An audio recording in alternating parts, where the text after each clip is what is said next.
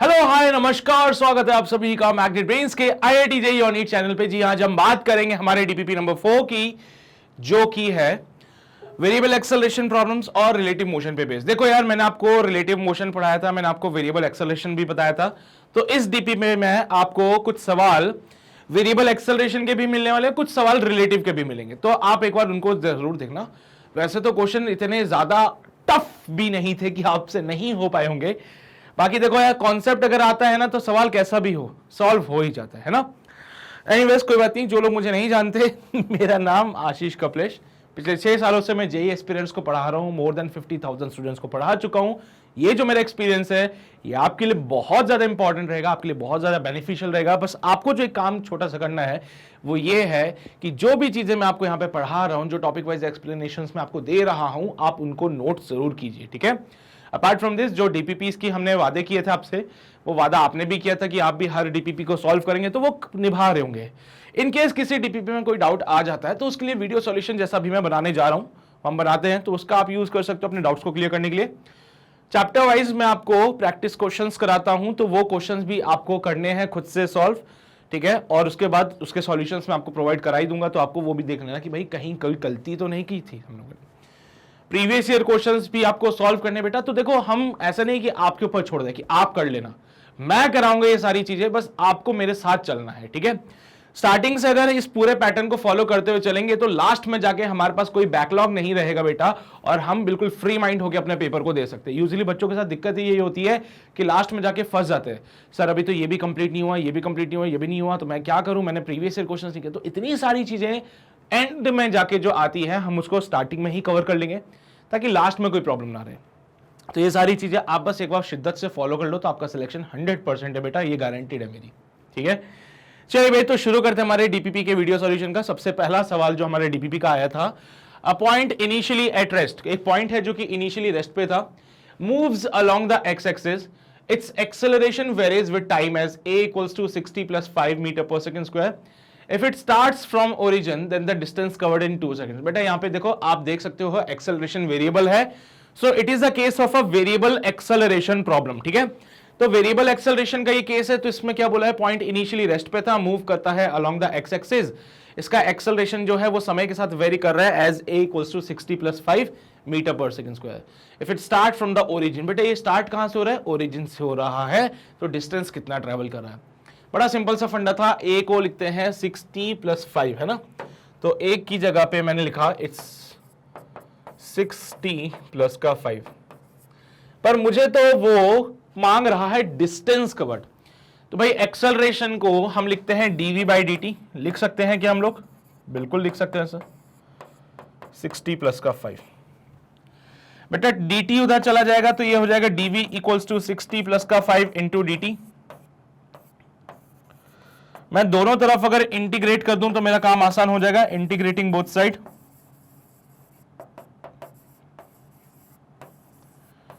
Integrating both sides. अब मैंने दोनों तरफ ही कर दिया इंटीग्रेशन, और मेरे बच्चे अगर दोनों तरफ इंटीग्रेशन करने से हमें मिलता है यहां पे dv is equals to integration of 60 plus का 5 इंटू dt, 60 प्लस का 5 इंटू dt। लिमिट्स क्या लगाएंगे, लिमिट्स अभी मत लगाओ, अभी इसको ऐसे ही चलने दो। तो यहां पे हो जाएगा v इक्वल्स टू, बेटा 6 कांस्टेंट है, t का इंटीग्रेशन करेंगे t स्क्वायर बाई 2 बन जाएगा, प्लस का 5, भैया अगर कुछ नहीं होता है तो इंटीग्रेशन t होता है और एक कांस्टेंट c यहां पे आ जाता है। So v can be written as 3t square plus का 5t प्लस का c। बेटा कांस्टेंट आता है ना, अगर आप इनडेफिनेट इंटीग्रल करते हो तो कांस्टेंट आता है, बहुत बढ़िया। आपसे वेलोसिटी मांग रहा है, नहीं सर वो डिस्टेंस मांग रहा था, तो हमने क्या किया, v की जगह पे लिख दिया ds बाई dt, v की जगह मैं लिखता हूं ds by dt।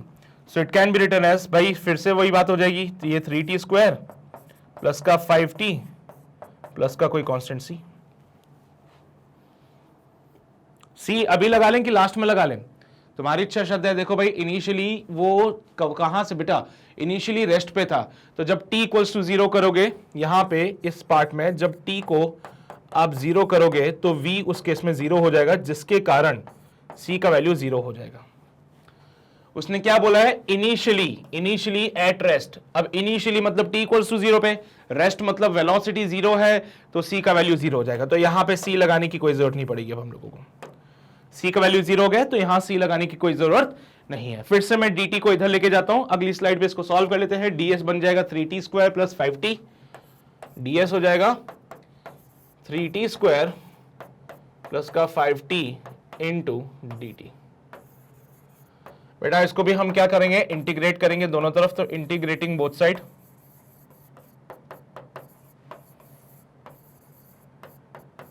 Integrating both sides, तो हमने दोनों तरफ इंटीग्रेट कर दिया। ds equals to integration of 3t square plus का 5t इंटू dt।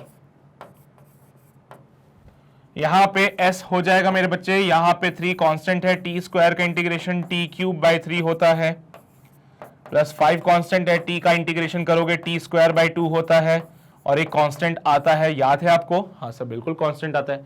यहां का कांस्टेंट कुछ और होगा, c डैश मैंने मान लिया, कोई भी कांस्टेंट। अब इन्होंने क्या बोला है, इनिशियली पार्टिकल रेस्ट पे था, यही बोला है, इनिशियली पार्टिकल रेस्ट पे था बेटा। अब यहां पे उसने स्टार्ट कहां से किया है, फ्रॉम द ओरिजिन। बेटा स्टार्टिंग पॉइंट जो है वो ओरिजिन है, ओरिजिन पे तो डिस्टेंस 0 ही देखेंगे हम लोग, तो उसने स्टार्ट किया है, मतलब t इक्वल्स टू 0 पे बेटा s का वैल्यू 0 हो जाएगा। उसने स्टार्ट कहां से किया है, ओरिजिन से किया है, तो भाई यहां पे t इक्वल्स टू 0 पे कोई डिस्टेंस ट्रेवल नहीं किया था। ऐसा करने से c डैश का वैल्यू 0 मिल जाएगा, और जो इक्वेशन हमारे आंखों के सामने आ रही है, and the equation is given bye t cube plus का 5t square by 2।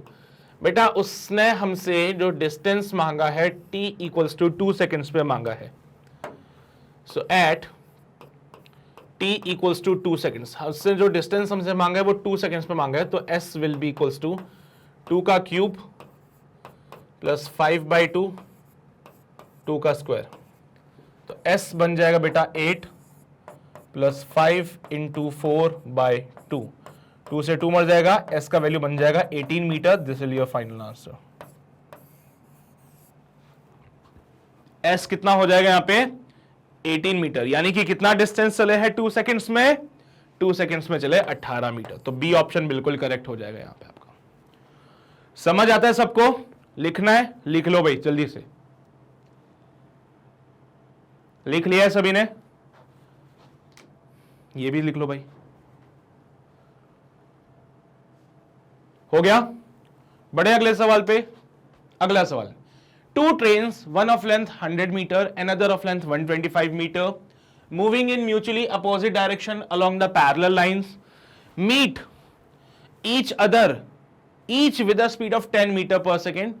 If their accelerations are 0.3 meter per second square and 0.2 meter per second square, then the time they take to pass each other will be, कितना time लगेगा एक दूसरे को पास करने में, ये बताइए।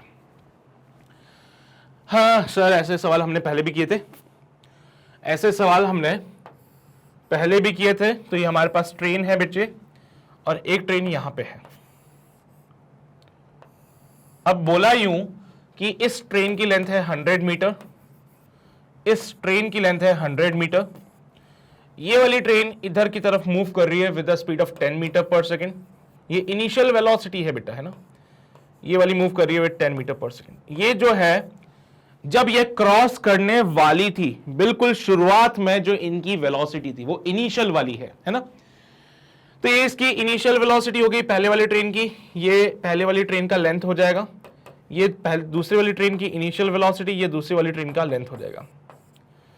पहली वाली ट्रेन के पास एक्सेलरेशन था 0.3 मीटर पर सेकेंड स्क्वायर का, दूसरी वाली ट्रेन के पास एक्सेलरेशन है वो है 0.2 मीटर पर सेकेंड स्क्वायर का।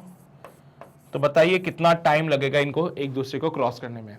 मैंने आपको बोला था जब भी क्रॉसिंग वाला कॉन्सेप्ट आएगा, जब भी ट्रेन्स की क्रॉसिंग वाला कॉन्सेप्ट आएगा, आप उस टाइम पे क्या करेंगे, उस टाइम पे एस रिलेटिव को लिखा जाएगा एज दोनों ट्रेन का लेंथ।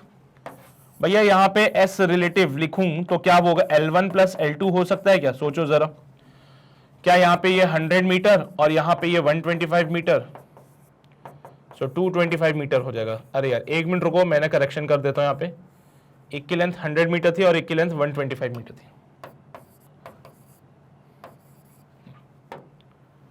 बहुत बढ़िया, तो 225 मीटर लेंथ हो गया।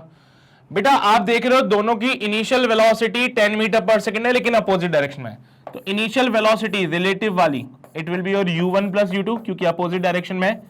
सो 10 प्लस 10 बन जाएगा कितना, 20 metre per second, 20 metre per second. बहुत बढ़िया।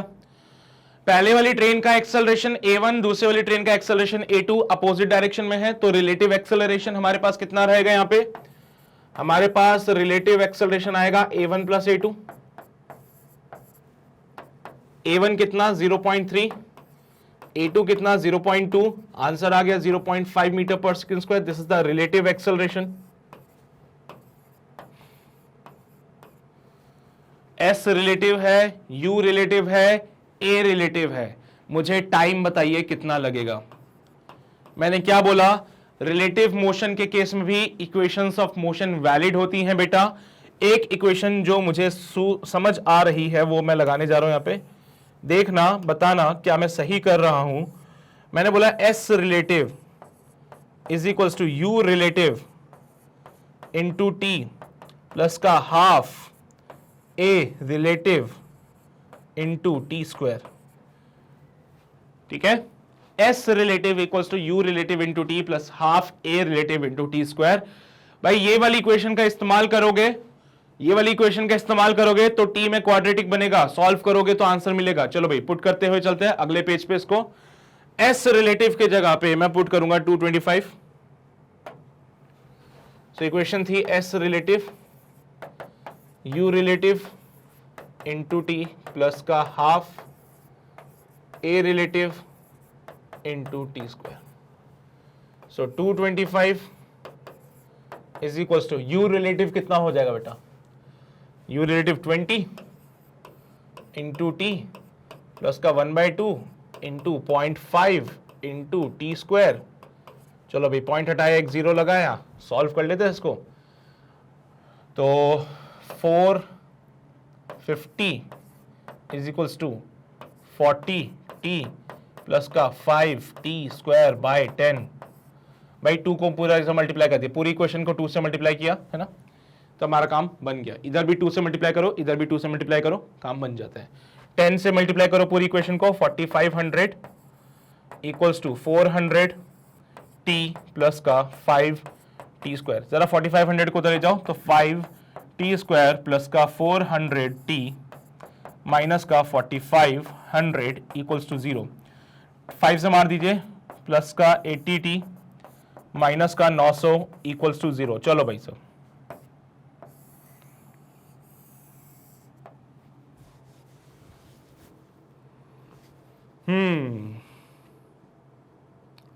अब क्या करें, क्वाड्रेटिक बन चुकी है टी में, इसको सॉल्व करना पड़ेगा। चलो सॉल्व कर लेते हैं इसको, क्वाड्रेटिक को। Sridharacharya method, t equals to minus का 80 प्लस माइनस अंडर रूट, भैया 80 का स्क्वायर 6400 माइनस का 4 इंटू 900, वो भी माइनस का इंटू 1 डिवाइडेड बाई 2। t आएगा हमारे पास माइनस का 80 plus minus under root of 6400 plus 3600 का overall under root of 2 divide by 2। ठीक है, अरे 9 4 जा 36, माइनस माइनस प्लस हो गया। सो t का वैल्यू बनता है माइनस का 80 plus minus under root of 1 2 3 4 divide by 2। t बन जाएगा माइनस का 80 प्लस माइनस अंडर रूट का, भाई यहां से बाहर 100 आ जाएगा बाय 2। t का वैल्यू बनेगा माइनस का 80 प्लस का 100 बाई 2, और एक बनेगा माइनस का 80 माइनस का 100 बाई 2। कौन सा ऑप्शन आप कंसीडर करोगे? मैं कंसीडर करूंगा ये वाला ऑप्शन। मैं ये वाले को कंसीडर नहीं करने वाला हूं, just because of the reason time कभी नेगेटिव नहीं होता। तो बेटा इसको सॉल्व करेंगे, सो टाइम आपको 10 सेकेंड्स मिलेगा। फिर इस वाले को सॉल्व करोगे 10 सेकंड्स मिलेगा, उस वाले को सॉल्व करोगे माइनस का 60 मिलेगा। भैया टाइम कभी नेगेटिव नहीं होता, टाइम नेगेटिव नहीं है इसलिए काट दिया। यहां पे टाइम पॉजिटिव आ रहा है, 10 सेकंड्स आ रहा है। यही मेरा बिल्कुल सही जवाब है जो कि मुझे मिल रहा है बी ऑप्शन में। तो इसको फटाक से नोट कर लीजिए, फिर हम आगे बढ़ते हैं। समझ तो आता ना रिलेटिव के फॉर्मूले कैसे लगते हैं बेटा? रिलेटिव सेपरेशन का कॉन्सेप्ट मैं आपको लेक्चर में बता चुका हूं कि अगर दो ट्रेन की क्रॉसिंग है तो हमेशा रिलेटिव सेपरेशन दोनों ट्रेन की लेंथ को ऐड करके मिलेगा। अपोजिट डायरेक्शन में उनकी वेलोसिटी थी, रिलेटिव वेलोसिटी ऐड करके मिलेगी। अपोजिट डायरेक्शन में उनके एक्सेलरेशन थे, रिलेटिव एक्सेलरेशन ऐड करके मिलेंगे। भाई साहब टाइम निकालना था, इक्वेशन ऑफ मोशन बिल्कुल वैलिड है, हमने लगा लिया, उसके बाद हमने इसको सॉल्व कर लिया। तो जल्दी से आप लोग भी नोट कीजिए, फिर आगे बढ़ते हैं हम लोग। किया नोट सभी ने ये? फिर आप यहां पे आ गए, यहां पे आके आपने पूरा कैलकुलेशन किया, सॉल्व किया एंड आपको आंसर जो मिला वो 10 सेकंड्स का मिला। इसको भी नोट कीजिए, फिर आगे बढ़ते हैं हम लोग। किया नोट? बड़े अगले सवाल पे। अगला सवाल कहता है the displacement of a particle is given by y equals to a plus bt plus ct square minus dt power 4 for initial velocity and the acceleration. मैं जानता हूं कि ऐसा सवाल बड़े हलवे से होते हैं, बट क्या करें, कॉन्सेप्ट तो यही है बेटा, है ना। पोजीशन दे रखी है, इनिशियल वेलोसिटी मांग रहा है, ऑल्सो वो मांग रहा है इनिशियल एक्सेलरेशन का रेशियो। तो y equals to a plus bt plus का ct स्क्वायर माइनस का dt का पावर 4। भाई इसका अगर मैं डिफरेंशिएशन करूंगा विद रेस्पेक्ट टू टाइम, तो मुझे वेलोसिटी मिलेगा, it is given by dy by dt which is equals to a का कांस्टेंट का डिफरेंशिएशन 0 होता है। भैया b बाहर आ जाएगा, t का डिफरेंशिएशन करेंगे 1 बनता है, फिर c बाहर आ जाएगा, t स्क्वायर का डिफरेंशिएशन 2t बनता है, माइनस का d बाहर आ जाएगा, t का पावर 4 का डिफरेंशिएशन 4t क्यूब बनता है। So v equals to b plus का 2ct प्लस माइनस का 4d t क्यूब। ये वेलोसिटी है, लेकिन उसको वेलोसिटी नहीं चाहिए बेटा, उसको इनिशियल वेलोसिटी चाहिए। और इनिशियल वेलोसिटी के लिए बड़ी प्यारी सी कंडीशन होती है, वो हमसे कहता है कि अगर t इक्वल्स टू 0 हो जाए तो मुझे मिलती है इनिशियल वेलोसिटी। सो इस इक्वेशन में t को 0 पुट करो, ये 0 हो जाएगा, ये 0 हो जाएगा, इनिशियल वेलोसिटी हमें b के बराबर मिलेगी। ये वेलोसिटी की इक्वेशन थी, हाँ सर बिल्कुल। इस वेलोसिटी की इक्वेशन में टाइम की जगह मैंने 0 पुट किया तो मुझे मिला इनिशियल वेलोसिटी जो कि है b। यहां पे आके नहीं रुकना है, हमें और आगे चलना है, क्योंकि इसका फिर से डिफरेंशिएशन करोगे तो एक्सेलरेशन मिलेगा। Let's solve it here. मैं फाइंड करने जा रहा हूं acceleration which is actually dv by dt, which is actually dv by dt। और जब यहां पे मैंने इसको किया डिफरेंशिएशन तो b बीइंग अ कांस्टेंट हो गया 0। यहां पे देखें तो 2c कांस्टेंट है, बाहर आ जाएगा, t का डिफरेंशिएशन 1 होता है, माइनस का 4d बाहर आ गया, t क्यूब का डिफरेंशिएशन 3t स्क्वायर हो जाता है।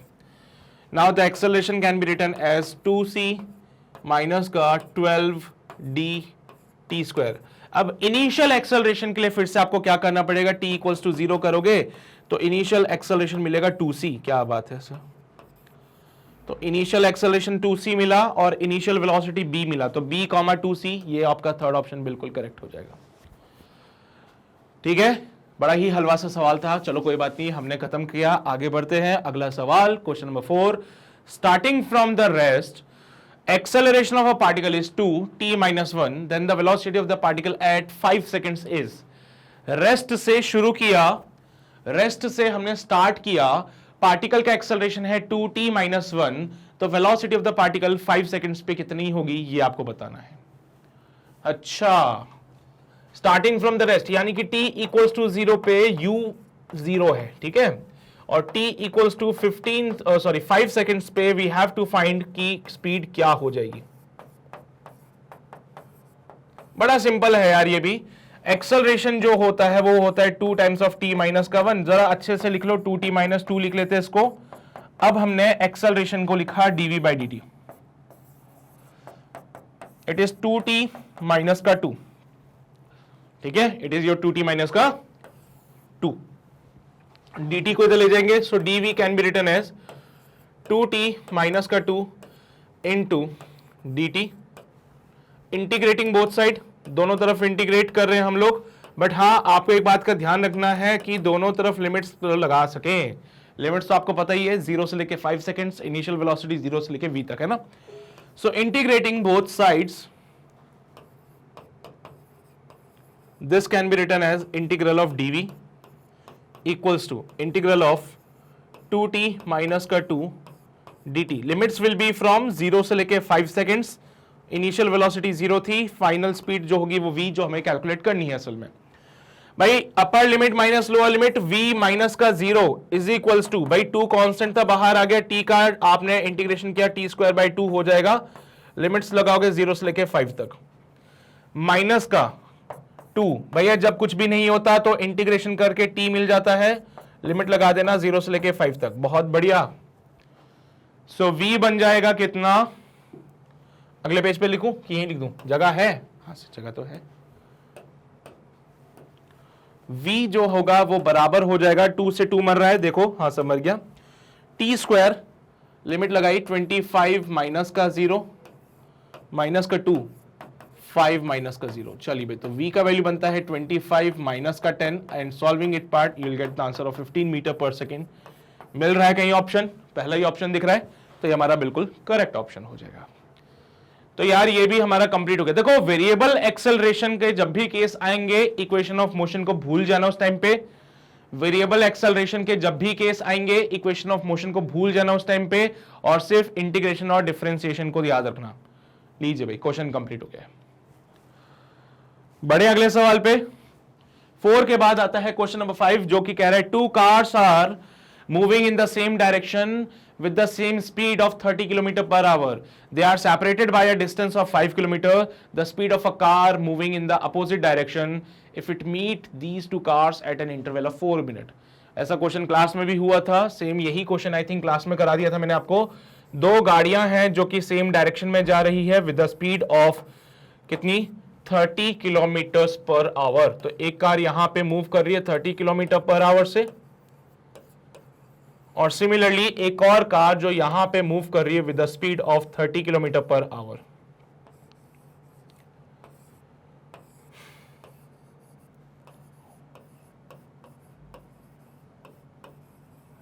दोनों सेम डायरेक्शन में जा रही है, दोनों के बीच का जो सेपरेशन है वो 5 किलोमीटर्स का है। क्वेश्चन में सारी बातें बोल रखी है। एक और गाड़ी जो कि अपोजिट डायरेक्शन में आ रही है, एक और गाड़ी जो कि अपोजिट डायरेक्शन में आ रही है, ध्यान से देखिएगा, मुझे नहीं पता उसकी स्पीड कितनी है। एक गाड़ी जो कि अपोजिट डायरेक्शन में आ रही है, मुझे नहीं पता उसकी स्पीड कितनी है, लेकिन वो एक पहली वाली गाड़ी से मिल चुकी है और अब 4 मिनट के बाद, 4 मिनट्स के बाद वो दूसरी गाड़ी से जाके मिलेगी। ये दोनों कार्स एक ही डायरेक्शन में जा रही थी, अपोजिट डायरेक्शन में एक और कार आ रही है जो पहली कार से मिल चुकी है, अब 4 मिनट के बाद वो दूसरी कार से मिलेगी। तो भैया बताइए इसकी स्पीड क्या होगी। पहली बात तो हमें किस पे फोकस करना है वो इंपॉर्टेंट है बेटा। हम फोकस करेंगे इस वाली गाड़ी पे और एक इस वाली गाड़ी पे। हमारा मेन कंसर्न जो होगा वो इन कार्स से रिलेटेड होगा, इसका तो कोई मतलब ही नहीं था बेटा। दोनों कार्स के बीच का सेपरेशन कितना है 5 किलोमीटर, तो यहां पे रिलेटिव सेपरेशन मैं कह सकता हूं क्या वो 5 किलोमीटर हो जाएगा। दोनों कार्स को एक दूसरे के पास पहुंचने में कितना टाइम लग रहा है, वो लग रहा है 4 मिनट्स का। यार इसको ना आप आवर्स में कन्वर्ट कर लीजिए, it will be 4/60 hour, 1/15 hour, 1/15 घंटे। ठीक है, चलिए बहुत बढ़िया बेटा। इनकी रिलेटिव वेलोसिटी क्या हो जाएगी, यहां पे आप देख रहे हैं तो इनकी रिलेटिव वेलोसिटी हो जाएगी 30 प्लस का v। ऑब्वियस सी बात है, मुझे v कैलकुलेट करना है, मुझे v कैलकुलेट करना है। कोई एक्सेलरेशन वगैरह कुछ है क्या, नहीं है सर यहां पे, तो आप सीधा लगाओ। अगर एक्सेलरेशन 0 है, अगर बेटा एक्सेलरेशन 0 है तो आप सीधा फॉर्मूला लगाना distance equals to speed into time का। तो हम डायरेक्ट फॉर्मूला लगाते हैं, s relative equals to v relative into time. So 5 is equals to 30 plus का v, टाइम कितना है 4/60, 4/60 मतलब 1/15, 4/60 मतलब 1/15, 15 को इधर भेजेंगे, 15 5 75 होते हैं। तो solve this part and you will get the answer 30 plus का v इज इक्वल्स टू 75, और v का वैल्यू बनेगा 75 माइनस का 30, सॉल्व करने पे v का वैल्यू बनता है 45। आंसर चलेगा किलोमीटर्स पर आवर में, आंसर किस में आएगा किलोमीटर्स पर आवर में। सो ये हमें बी ऑप्शन यहां पे दिख रहा है। समझ आया क्या सभी को, नोट कर लो इसको जल्दी से, नोट कर लीजिए जल्दी से, इसको कर लिया है सभी ने नोट। आगे बढ़े, अगला सवाल। 4 पर्सन है के, एल, एम एंड एन, ठीक है। चारों लोग कहां पे है, कॉर्नर्स ऑफ अ स्क्वायर पे जिसका साइड है D. if every person start moving with a uniform speed v in such that k always headed towards L towards M is headed directly towards N and N towards K, then the four persons will meet. बड़ा प्यारा सा सवाल, ऐसे सवाल हमने पहले भी करे थे और ऐसे सवाल आज भी हम कर रहे हैं। मेरे बच्चे यहां पे एक स्क्वायर बना लेता हूं मैं, दिख रहा है सभी को? चार लोग जो कि इस स्क्वायर पे खड़े हैं, एक आदमी यहां खड़ा होगा, एक आदमी यहां खड़ा होगा, एक आदमी यहां खड़ा होगा और एक आदमी यहां पे आके खड़ा हो जाएगा। Now the point is very simple कि इनके नामकरण कर दीजिए के, एल, एम और एन। टेंडेंसी यह है कि चारों आदमी जो है एक दूसरे की तरफ जा रहे हैं। याद करो, मैंने ऐसा क्वेश्चन आपको ट्राइंगल के लिए कराया था, यही चीज आज हम स्क्वायर के लिए कर रहे हैं। ठीक है, तो के की टेंडेंसी है कि वो एल की तरफ जाएगा with the speed of v, L की टेंडेंसी है कि वो एम की तरफ जाएगा with the speed of v, M का टेंडेंसी क्या है कि वो एन की तरफ जाएगा with the speed of v, और एन की टेंडेंसी है कि वो क्या होगा, के की तरफ जाएगा with the speed of v. तो चारों के चारों एक दूसरे की तरफ जा रहे हैं। बेटा पहली बात तो ये समझना जरूरी कि जब मिलेंगे कहां पे, ये मिलेंगे सर, ये मिलेंगे कहां पे, इधर। बिल्कुल सेंटर पे आके ये तीनों मिलते, चारों मिलते हैं। कहां मिलेंगे ये लोग आके? सेंटर पे मिलेंगे ये लोग आके। कितने समय के बाद मिलेंगे वो हमें निकालना पड़ेगा। याद करो, मैंने रिलेटिव से सॉल्व करना बताया था। जितने टाइम में के और एन मिलेंगे उतने टाइम में के और एल भी मिलेंगे, उतने टाइम में एल और एम भी मिलेंगे, उतने टाइम में एम और एन भी मिलेंगे। मतलब तीनों चारों के चारों पार्टिकल्स हैं, पर्सन जो है सेम डिस्टेंस पे है, सेम स्पीड से मूव कर रहे हैं। तो किन्हीं भी दो पर्सन को मिला दीजिए, किसी भी दो पर्सन को मिला दीजिए, जो टाइम लगेगा बाकियों के लिए भी उतना ही टाइम लगने वाला है, क्योंकि चारों के चारों पर्सन सेम स्पीड से चल रहे हैं, बराबर का डिस्टेंस कवर कर रहे हैं। तो जितना टाइम दो पर्सन को मिलने में लगेगा उतना टाइम बाकियों को भी मिलने में लगेगा। तो किसी को भी उठा लो, के को उठा लिया और एन को उठा लिया। बेटा के का वेलोसिटी का एक कंपोनेंट यहां पे आएगा, it is given bye v cos 90 because this angle is 90। तो v cos 90 डिग्री के हिसाब से इसको सॉल्व किया जाए तो आप देखो बेटा यहां पे k का वेलोसिटी का एक कंपोनेंट यहां आया v cos 90 जो कि 0 होता है, n को हम इधर मूव करा रहे हैं।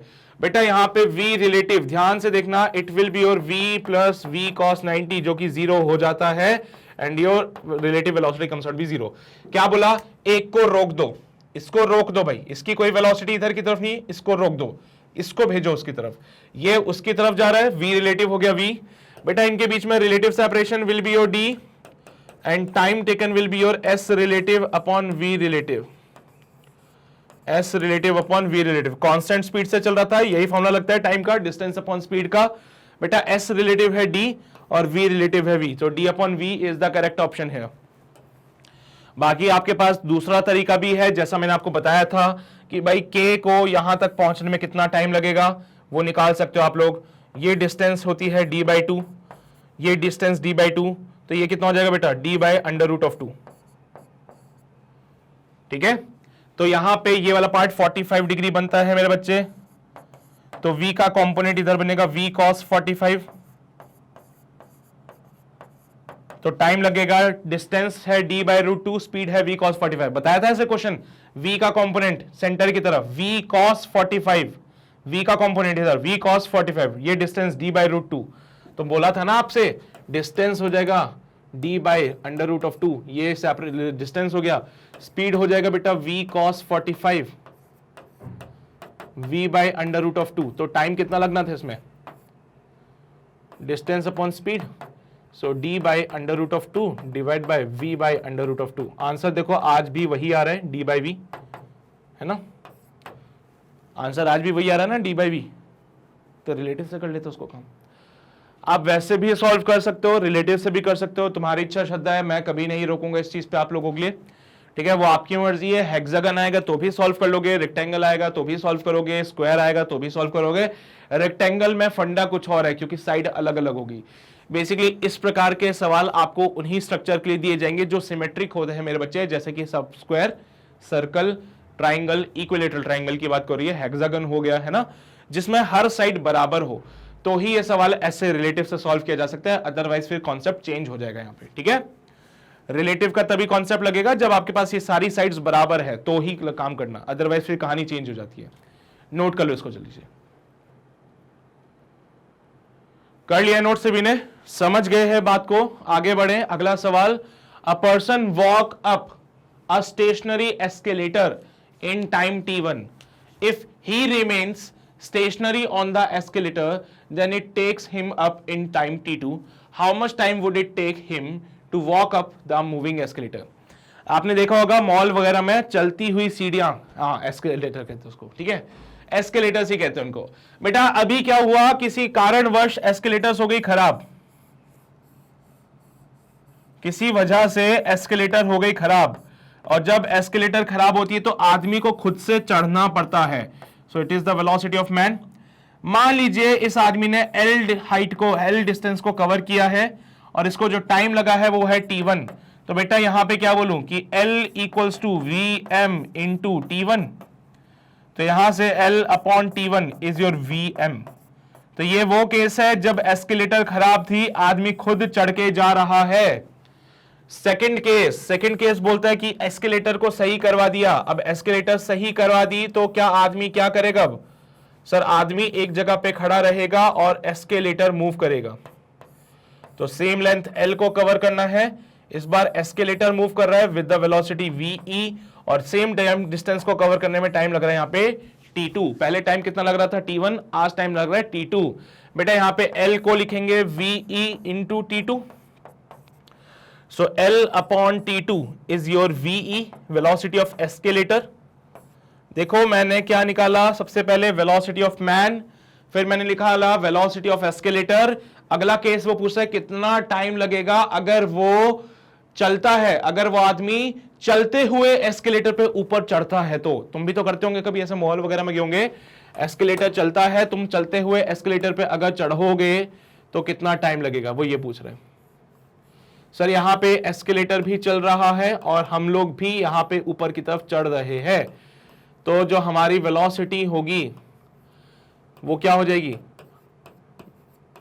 दोनों की कंबाइंड वेलोसिटी। क्या ये डाउनस्ट्रीम और अपस्ट्रीम की तरह है, क्या ये अपस्ट्रीम और डाउनस्ट्रीम की तरह है? जैसे मैंने आपको बताया था कि अगर रिवर के फ्लो में चलोगे तो स्पीड इंक्रीज हो जाएगी, अगर रिवर के अपोजिट फ्लो में आओगे तो स्पीड डिक्रीज हो जाएगी, अगर एस्केलेटर के डायरेक्शन में जा रहे हो तो आपकी स्पीड ज्यादा हो जाएगी, एस्केलेटर के अपोजिट डायरेक्शन में आओगे तो आपकी स्पीड कम हो जाएगी। तो ये वाली बात है बेटा। इस केस में कितना टाइम लगा ये बताइए, सेम डिस्टेंस ट्रेवल कर रहे हैं हम लोग आज भी। So L equals to V into T, so T equals to L upon V। बेटा V की जगह पे L upon VM plus VE, दिखाई नहीं दे रहा होगा तुम लोगों को, ये लीजिए अब दिखता है। सेम डिस्टेंस ट्रेवल किया जा रहा है, इस बार सेम डिस्टेंस को ट्रेवल किया जा रहा है, तो distance equals to speed into time, तो time equals to distance upon speed. भाई डिस्टेंस कितनी L, लेकिन स्पीड इस बार कितनी है, velocity of man plus velocity of escalator, क्योंकि चलते हुए एस्केलेटर पे चढ़ने से हमारी स्पीड ऐड हो जाती है। तो इसको अगर हम सॉल्व करें तो क्या बोलोगे यार, मेरे हिसाब से ना अच्छे से सॉल्व करते हैं। यहां पे Vm प्लस VE को लिखते हैं L by t, Vm plus VE को लिखते हैं L by T. Now you have the equations, आपको पता है Vm कितना है, आपको पता है VE कितना है, यहां से उठा के इसमें पुट कीजिए तो T मिल जाएगा आपको। तो from equation 1 and 2 put in values equation 3, है ना। क्या लिखेंगे, from equation 1 and 2, from equation 1 and 2 put values in equation 3, put values in equation 3। मेरे बच्चे Vm plus VE equals to L by t, Vm की जगह L बाई T1, VE की जगह L by T2 is equals to L by t. सारे L से L मर जाएंगे, 1 by T1 plus 1 by T2 is equals to 1 by t. बेटा solve किया, T का वैल्यू क्या बना, T1 T2 divided by T1 plus T2। Solve करने पे T का जो वैल्यू बनता है it will be your T1 T2 divided by T1 plus T2। समझ आया क्या सभी को, क्या सी ऑप्शन होगा भाई ऐसा सवाल आपको प्रीवियस ईयर क्वेश्चन में देखने को मिल जाएगा। हाँ, इसी प्रकार का सवाल आया था प्रीवियस ईयर क्वेश्चन, ठीक है, एस्केलेटर वाला ही सवाल था वो भी। एनीवेज चलिए भाई नोट कर लीजिए जल्दी से इसको। ये हो गया सारा पार्ट नोट, इसको फाइनल आंसर को नोट कर लीजिए। हो गए भी फाइनल आंसर नोट। बढ़े आगे, अगला सवाल। A 210 metre long train is moving due north at a speed of 25 meter per second. A small bird is flying due south a little above the train with a speed of 5 meter per second. The time taken by the bird to cross the train. एक train north की तरफ जा रही है और चिड़िया south की तरफ उड़ रही है। समझ गए? ट्रेन मान लो नॉर्थ की तरफ जा रही है और चिड़िया जो है वो साउथ की तरफ उड़ रही है। तो बताइए चिड़िया को ट्रेन को क्रॉस करने में कितना टाइम लगेगा? सो मान लीजिए हमारी ट्रेन कितनी लंबी है ये? Sir 210 metre long. ये इधर जा रही है with the speed of 25 metre per second और एक चिड़िया यहां पे जो है, चिड़िया जो यहां पे है वो पंख फैलाए हुए उड़ रही है, वो इधर जा रही है with the speed of 5 metre per second. कितना टाइम लगेगा इस चिड़िया को इस ट्रेन को क्रॉस करने में? वो चिड़िया अगर ट्रेन को क्रॉस करना चाहती है तो कितना डिस्टेंस उसको फ्लाई करना पड़ेगा, उसको उड़ना पड़ेगा? 210 मीटर, क्योंकि ट्रेन को क्रॉस करना है तो 210 मीटर की लेंथ को कवर करना पड़ेगा। बेटा क्या दोनों की रिलेटिव वेलोसिटीज ऐड होंगी या माइनस होगी? मेरे हिसाब से रिलेटिव वेलोसिटी देखा जाए तो 25 प्लस का 5 करना पड़ेगा, क्योंकि भैया दोनों अपोजिट डायरेक्शन में चल रहे हैं। दोनों अगर अपोजिट डायरेक्शन में तो दोनों की वेलोसिटी ऐड हो जाती है, तो 25 प्लस 5 30 मीटर पर सेकेंड हो जाएगा ये। अपार्ट फ्रॉम दिस जो टाइम की बातें वो हमसे कर रहा है, सो सिंपल सा फंड है, कोई एक्सेलरेशन नहीं है, time equals to distance upon speed करेंगे, सो टी बन जाएगा 7 सेकेंड्स। देख लो भाई क्या यही आंसर आएगा आपका भी? अरे यार 210 बटा 30, 3 7 21, 3 7 21 होता है, तो भैया s by r, s by v 230, 0 से 0 मतलब 3 7 21, 7 सेकेंड आंसर। समझ गए बात को? बड़े अगले सवाल पे, क्वेश्चन नंबर 9। अगला सवाल बड़ा प्यारा सा क्वेश्चन है, सितारे चमकाएंगे इस पे। The driver of a train moving with the speed v1 sights another train at a distance d। भैया एक ट्रेन का ड्राइवर है जो कि v1 स्पीड से चल रही थी ट्रेन, उसके ड्राइवर ने एक और ट्रेन को देखा जो कि उससे d डिस्टेंस आगे थी। ये देख के ड्राइवर घबरा गया और उसने क्या किया, यहां पे अपनी स्पीड को डिक्रीज करने की कोशिश करी, जिसके लिए उसने क्या किया, ब्रेक लगाया और ट्रेन को एक constant D acceleration a provide किया। आगे जो ट्रेन चल रही थी उसकी स्पीड कम थी जो कि v2 था। तो इसका डायग्राम मैं बनाता हूं बेटा यहां पे, कि जब यहां पे हम देख रहे हैं ये ट्रेन है जो कि v1 स्पीड से चल रही थी, जब इन दोनों ट्रेन के बीच का सेपरेशन d था, जब इन दोनों ट्रेन के बीच का सेपरेशन d था, तो इस ट्रेन के ड्राइवर ने, इस ट्रेन का जो ड्राइवर होता है लोको पायलट जिसे कहते हैं, उसने ब्रेक लगाई और इस ट्रेन को एक एक्सेलरेशन डी एक्सेलरेशन प्रोवाइड किया, जिसकी वजह से इसकी स्पीड स्लो हो रही है। उन्होंने बोला है कि भैया डी का वैल्यू क्या होना चाहिए जिससे कि कोई कोलिजन ना हो। फॉर नो कोलिजन डी का वैल्यू क्या होना चाहिए? फॉर नो कोलिजन डी का वैल्यू क्या होना चाहिए?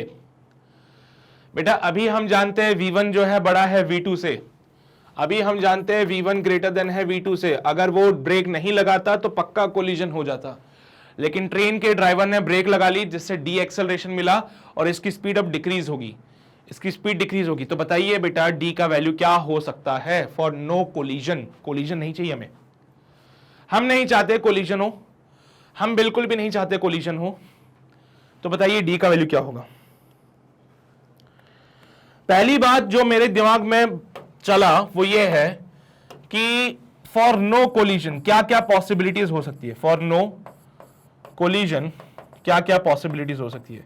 या तो ये ट्रेन रुक जाए, या तो ये पहली वाली ट्रेन नंबरिंग कर दे, ट्रेन ए और train B. For no collision क्या कंडीशन हो सकता है? या तो ट्रेन ए रुक जाए, या फिर ट्रेन ए की जो फाइनल वेलोसिटी है वो ट्रेन बी के फाइनल वेलोसिटी के बराबर हो जाए। हाँ ये बात सही है सर, रुकना पॉसिबल नहीं है सर, रुकना पॉसिबल नहीं है, रुकेगी तो पक्का कोलिजन नहीं होगा। लेकिन एक और पॉसिबिलिटी है कि अगर पहली ट्रेन की फाइनल वेलोसिटी दूसरे ट्रेन की वेलोसिटी के बराबर हो जाए तो हमारा काम बन जाएगा। ये v1 क्या था? Initial velocity of train A, v1 initial velocity of train A,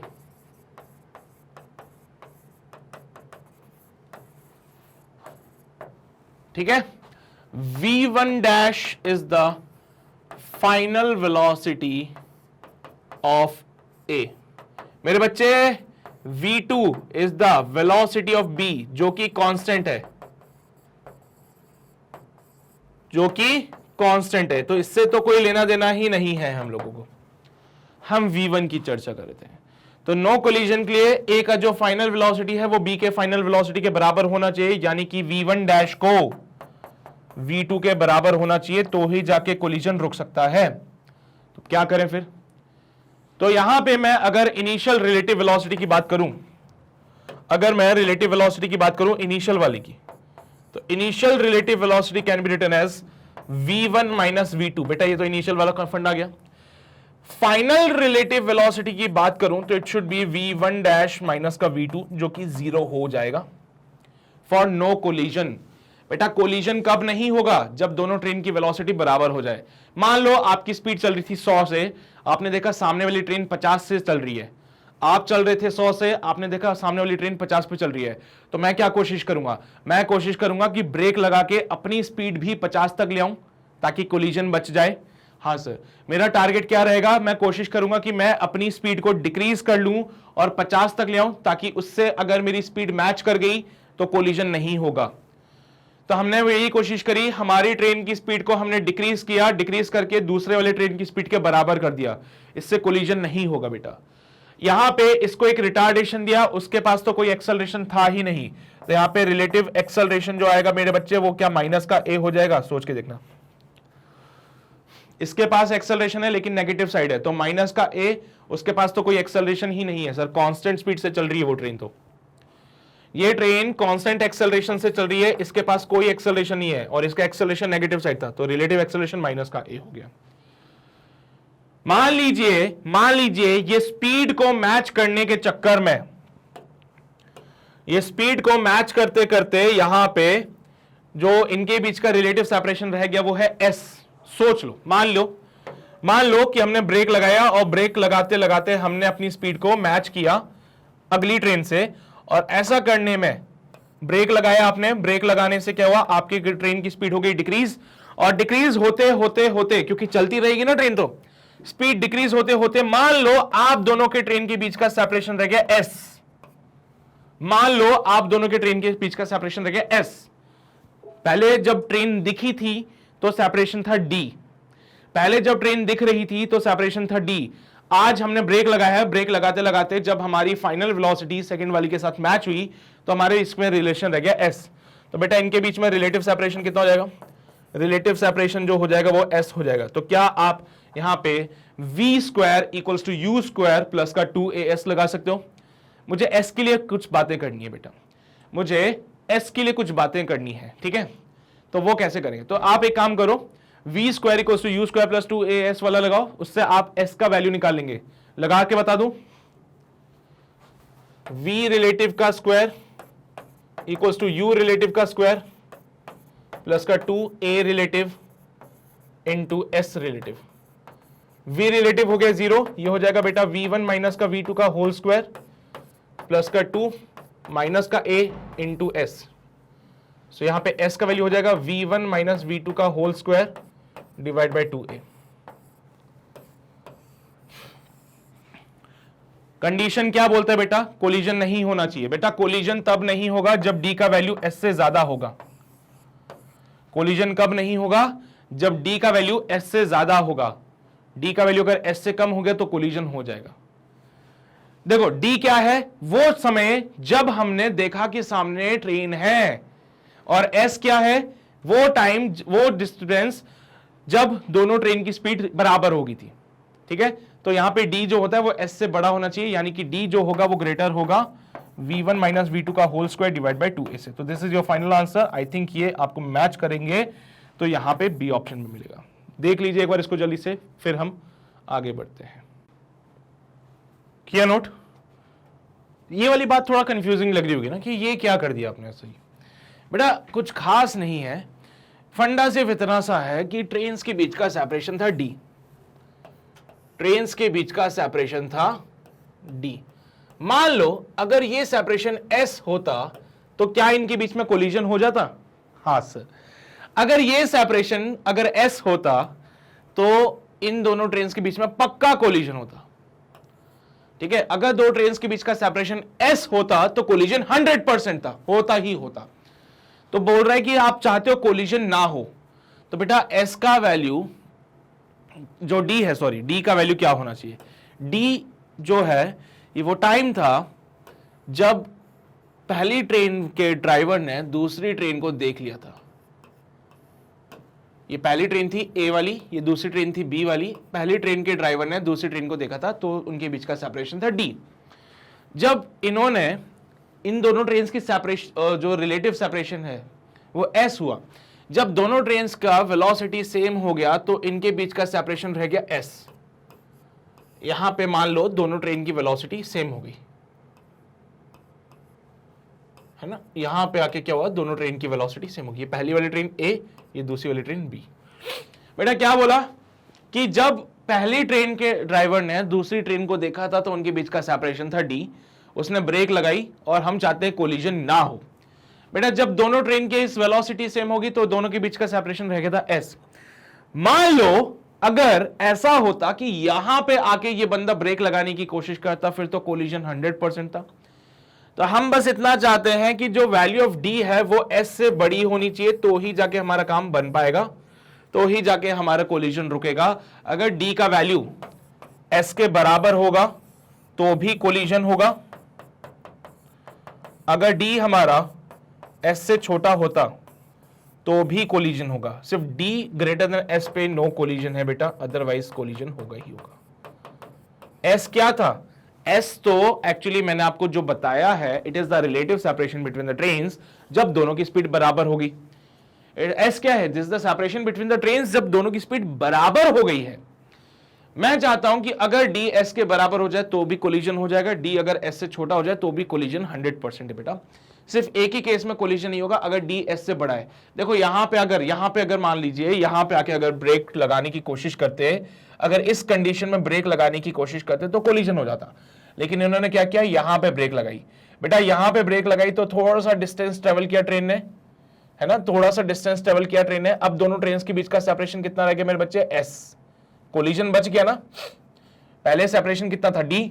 break लगाई, ब्रेक लगाई, ब्रेक लगाई, ब्रेक लगाई, यहां पे आके दोनों की ट्रेन की स्पीड सेम हो गई है, दोनों के बीच का सेपरेशन है एस, तो क्या यहां पे दोनों का कोलिजन बच गया? हाँ सर बिल्कुल बच गया। तो मैं बोल सकता हूं कि अगर आप चाहते हो कि कोलिजन ना हो तो डी को एस से बड़ा होना पड़ेगा तो ही कोलिजन नहीं होगा, अदरवाइज डी अगर एस के बराबर है तो भी कोलिजन हो जाएगा, और डी अगर एस से छोटा है तो भी कोलिजन हो जाएगा। एस का वैल्यू मैंने निकाल लिया है बेटा, तो डी का वैल्यू बड़ा होना चाहिए इससे, तो ये हमें मिल रहा है यहां पे आप देख सकते हो बी ऑप्शन में। ठीक है, ये पूरे के साथ नहीं है, सिर्फ ऊपर के साथ है बेटा, है ना, ये सिर्फ ऊपर वाले के साथ है, स्क्वायर वाला पार्ट, पूरे के साथ नहीं है। समझ गए बात को? ये अच्छा सवाल था, थोड़ा सा दिमाग लगाने वाला है और कुछ भी नहीं है इसमें। बस दोनों के बीच का सेपरेशन डी था, ब्रेक लगाते लगाते दोनों के बीच का सेपरेशन कम हो गया, कितना रह गया? एस। डी का वैल्यू एस से बड़ा होना चाहिए भैया। अगर यहां पे ब्रेक लगाने की कोशिश करते तो कोलिजन हो जाता, अगर यहां से ब्रेक लगाने की कोशिश करते तो भी कोलिजन होता। डी का वैल्यू एस से बड़ा होना चाहिए, एस कितना? ये रहा एस, तो डी का वैल्यू इससे बड़ा होना चाहिए तो ही कोलिजन बचेगा, अदरवाइज कोलिजन बचेगा नहीं, कोलिजन हो जाएगा। सही है। अगला सवाल देख लो, the relation between the time and distance is given as t equals to alpha x square plus beta x, where alpha and beta are the constant, then the retardation. बेटा यहां पे आपको रिलेशन दे रखा है t का as a function of x। कहानी में twist, आज तक हम लोगों को x मिलता था as a function of time, आज टाइम मिल रहा है as a function of x। चलो भाई देखते हैं क्या है कहानी, कैसे चेंज होगी। बेसिकली ऐसा होता नहीं है, पोजीशन ही फंक्शन होता है बेटा टाइम का। ठीक है, टाइम किसी का गुलाम नहीं है, टाइम किसी पे डिपेंड नहीं करता है। पर उन्होंने इक्वेशन कुछ इस प्रकार से दे दी कि हमें ऐसा लग रहा है कि t is a function of x। कोई बात नहीं, तो हमारे पास इक्वेशन है t equals to alpha x square plus beta x. बेटा मुझे रिटार्डेशन बताना है यहाँ पे, है ना, रिटार्डेशन मतलब नेगेटिव एक्सेलरेशन जो होता है। कोई बात नहीं सर, अगर मैं यहाँ पे दोनों तरफ टाइम के रेस्पेक्ट में डिफरेंशिएट कर दूं तो मेरा काम बन जाएगा differentiating both sides with respect to time. मैं दोनों तरफ डिफरेंशिएशन कर रहा हूं विद रेस्पेक्ट टू टाइम। समय के रेस्पेक्ट में यहां डिफरेंशिएशन किया, d by d t of t equals to alpha constant है, एक्स स्क्वायर का डिफरेंशिएशन 2x और फिर x का differentiation dx by d t. Beta constant है, बाहर आएगा, x का differentiation dx by d t. dt by d t 1 हो जाता है, ये बन जाएगा 2 alpha x. dx by d t को वेलोसिटी लिखते हैं plus beta into velocity, common आ जाएगा यहाँ पे, तो 1 equals to 2 alpha x plus beta into we.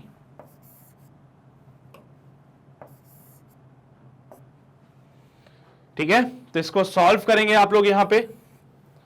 So v का जो वैल्यू बनता है it is 1 divided by 2 alpha x plus का बीटा। जो v का वैल्यू हमें मिलेगा it is your 2 alpha x plus का बीटा। ये वेलोसिटी मिल गई यार। वेलोसिटी का फिर से अगर मैं डिफरेंशिएशन कर दूं तो मुझे एक्सेलरेशन मिल जाएगा। लेकिन टाइम के रेस्पेक्ट में करेंगे तो मजा नहीं आएगा sir. Velocity is a function of position. Velocity is a function of position. कहां टाइम के रेस्पेक्ट में डिफरेंशिएशन कर रहे थे, क्यों ना इस बार डीवी बाई डी एक्स करके देखें सर, इससे क्या होगा अभी बताता हूं। आपने डीवी बाई डी एक्स किया बेटा, सो डीवी बाई डी एक्स कितना हो जाएगा, बोलो 2 अल्फा माइनस का divided by 2 alpha x plus beta का होल स्क्वायर। ये कैसे किया आपने सर, है ये कैसे कर लिया आपने? इसको मैंने लिखा 2 अल्फा एक्स प्लस बीटा का पावर माइनस का 1, तो पहले माइनस का 1 आगे आएगा, 2 अल्फा एक्स प्लस बीटा का पावर -1 माइनस का 1 हो जाता है। फिर अंदर वाले का डिफरेंशिएशन किया, 2 अल्फा कांस्टेंट था, एक्स का डिफरेंशिएशन 1 हो गया, बीटा कांस्टेंट था, 0 हो गया, तो जाएगा माइनस का 2 अल्फा और यहाँ पे 2 अल्फा एक्स प्लस बीटा का पावर माइनस का 2। ठीक है, ये 2 अल्फा एक्स का डिफरेंशिएशन 1, बीटा का डिफरेंशिएशन 0, तो माइनस का 2 अल्फा एक्स प्लस बीटा का पावर माइनस का 2, माइनस का 2 अपॉन में आएगा तो ये वाली क्वेश्चन बन जाएगी फिर से। सो डीवी बाई डी एक्स आ गया माइनस का 2 alpha divided by 2 alpha x plus beta का होल स्क्वायर। डिफरेंशिएशन करने वाली बातें हैं, सिंपल सी है ना।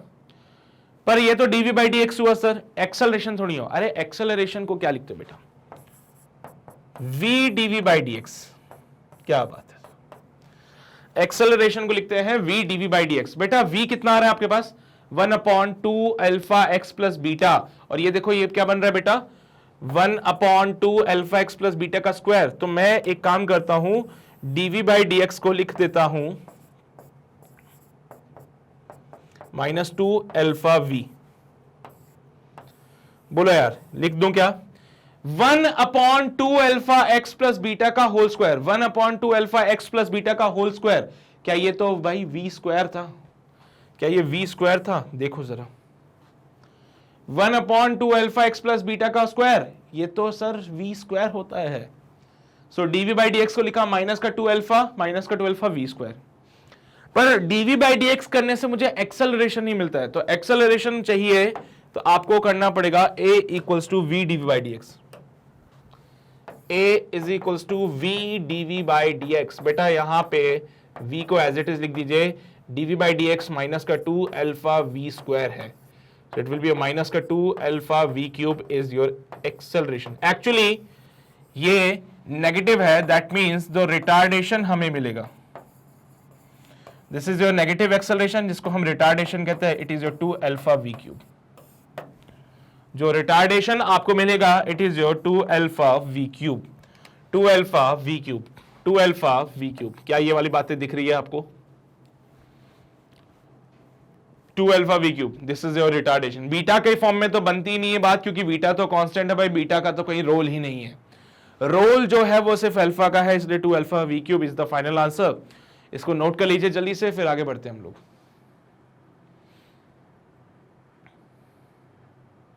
किया नोट सभी ने, यही लिख लो, रिटार्डेशन 2 अल्फा v क्यूब आ रहा है, ठीक है। समझ गए बात को? बहुत बढ़िया। तो यहां पे हमारी डीपीपी हो जाती है समाप्त।